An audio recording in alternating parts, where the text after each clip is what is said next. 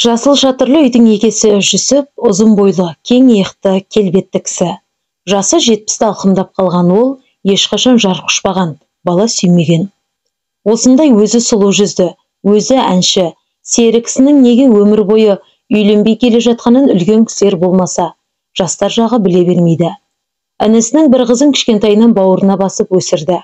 Оның әкесі де, шешесі де бір өзі болатын. Қыз бала емес пе, Назгүл кішкене күннен көкесінің кіреукелі көңіліне алаңдап өсті. Көкесі әлденеге күлімсіреп, әндете бастаса бұл елжірей бастайтын.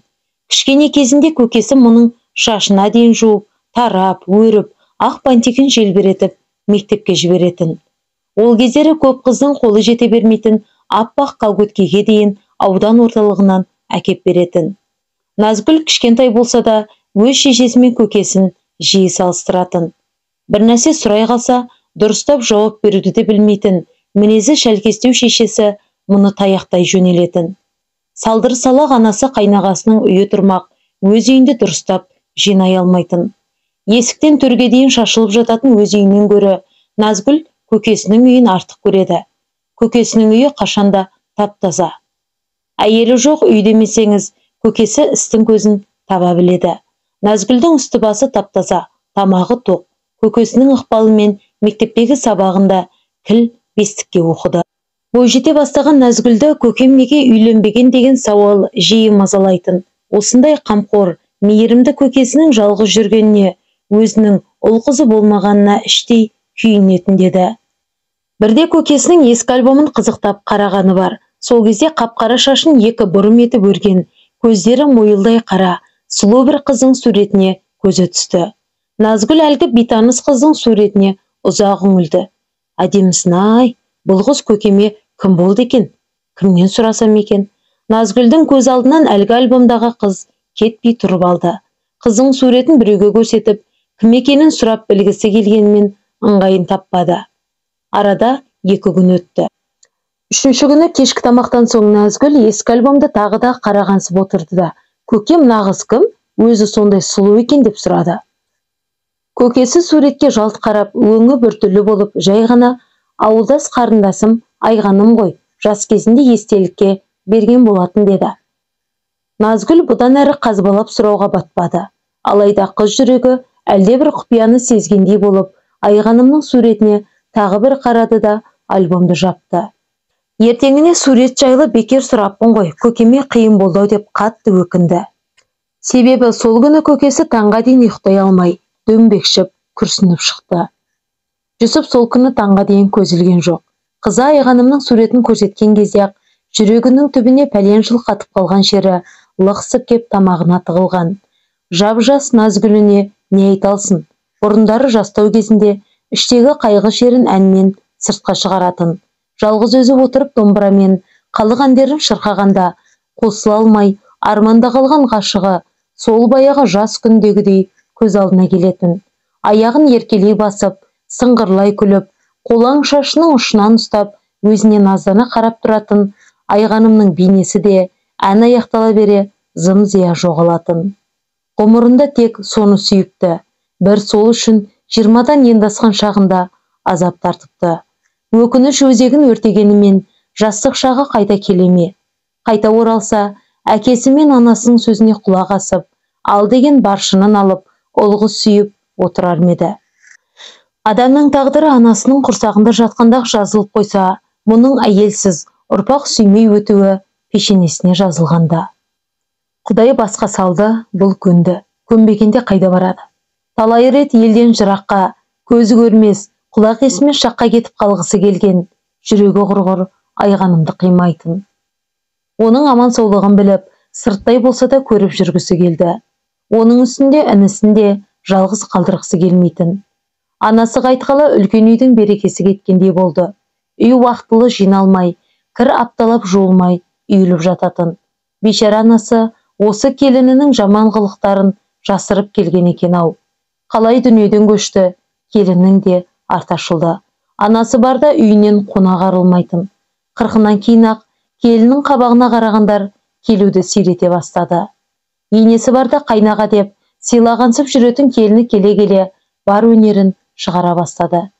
бір кесе кеспе көженің өзін төгіп шашып зорға беретін болды.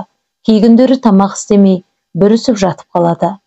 Ондай күндері інісі екеуі қазан көтеріп, балаларды тамақтандырып, төсектеріне жатқызатын. Әйелінің жаман қылықтарына төзбеген күні інісі оны сабапталатын. Жүсіп араға түсіп жүріп, екеуін айыратын. Інісін сабырға шақырып, шыдамды бол. Әйеліңде ақыл болса, анамыз бардық елге сыйлы келіндердің қатарына қосылар еді ғой. Сен мұны ұрып жеңе алмайсың. 4 балаңның анасы ғой. Сабыр сақта. Құдай мен сияқты жалғыз қалғаннан сақтасын. Енді балаларың үшін бәріне көз жұма қара. Кешірімді бол деуші еді. Інісіне ақыл айтқанымен өзі туған үйіне анасының жылына дейін шыдады. Соқабасының сыйып жүргені тек анасының арқасы екен. Қабағы кіржиіп, ашуланса балаларын таяқтың астына алатын келінімен алыстан сыйласпаса болмайтынын анық түсінген. Әке-шешесі көзі тірісінде үлкен үйдің жанынан шағын үй көтеріп төбесін жаптырып қойған. Басқа шифр табылмай, сол үйдің шатыры жасыл шифрмен жабылған болатын. Көп өтпей-ақ сол ерекшелеу үйдің иесі Жүсіп атанды. Бөлек шығарында інісі мен келініне: сендерден бірақ тілегім бар. Менің атыма Назгүлді жаздырып беріңдер. Өзім мәпелеп өсірем. Алла берсе оқытып, өзім қолымнан ұзатамын. Туғалы өзім қарап келем ғой деді. Аға, сіз не десеңіз сол болады. Назгүл сіздің қызыңыз. Алайда жалғыз өзіңіз ол үйде не істейсіз? Әлде үйленбек ойыңыз бар ма? Інісінің соңғы сөзін естігенде Жүсіп ашудан қып-қызыл болып кетті. Сенің есің дұрыс па? Маған кім тиеді? Әлде ағаңды кекетіп мұқатып тұрсың ба? Басқа білмесе де менің жайымды жалғыз бауырым сен білуші едің ғой. Жақып үндемей төмен қарады. Ағасын қатты ренжітіп алғанда өлердей өкініп те қалды. Жазылмаған жарасын тырнап жіберіпті ағасының. Мұншалық ақымақ болар ма? Аға, ақымағыныңызды кешіріңізші, кешіріңіз. Осы кезде есік ашылып, кішкентай Назгүл томпаңдап ішке кіріп: көке, жүріңіз, далаға шығайықшы, мені атқа мінгізіңізші деді. Жүсіп Назгүлді тік көтеріп алған күйі сыртқа беттеді. Інісіне бұрылып та қарамады. Сол күні ол өзі мен Назгүлдің бар киімін, кейбір аса қажетті заттарды алды да бөлек шығып кетті. Екі үйдің ортасын тек ағаш шарбақ бөліп тұр. Назгүл екі үйдің еркесі, екі ортада ойнап жүреді. Бірақ көкемнің қызымын деп Жүсіптің жүрегін жібітіп, одан бір елі ажырамайтын болды. Жұрт та қызық қой. Жүсіптің жалғыз өзінің бөлек шығып кеткенін біраз әңгіме етіп, сан-саққа жүгірте бастады. Жүсіп бөлек шыққан күннің ертеңін-ақ ауылдың сөзге үйір әйелдері: бұл бекер емес, оңаша үйде жалғыз еркек не істемек? Оның тамағын кім істейді, кірін кім жуады? Күйеуі қайтыс болған жібекпен байланысы бар ау. Анау күні атарбасымен оның үйіне шөп әкеп берген біреулер көріпті. Енді жібек те Жүсіптің үйін тазалап, тамағын істеп тұратын шығар деп сырттай томпышты. Біраз уақытқа дейін аңдағандары Жүсіптің үйі болды. Тіпті бір нәрсе сұрағансып, үйіне кіріп шыққандары да бар. Ертесіне ақ Жүсіптің үйі туралы әңгіме ауыл ішіне желдей тарады. Ойбай, несін айтасыңдар? Жүсіптің үйіне Гүлсім барса, тамақты өзі істеп жатыр екен. Үйінің іші тап-таза дейді. Ыдыс аяғына дейін жылтырап тұр екен. Әйелі жоқ үйге мүлдем ұқсамайтын көрінеді.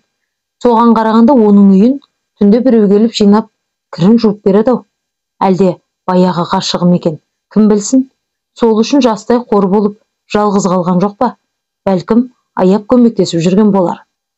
Бұл әңгіме көп өтпей Жүсіптің де құлағына жеткен. Естіп, күлген де қойған. Кімнің аузына барып қақпақ қойсын? Үсті басын таза ұстауды, үй жинауды бала кезінен біледі емес пе?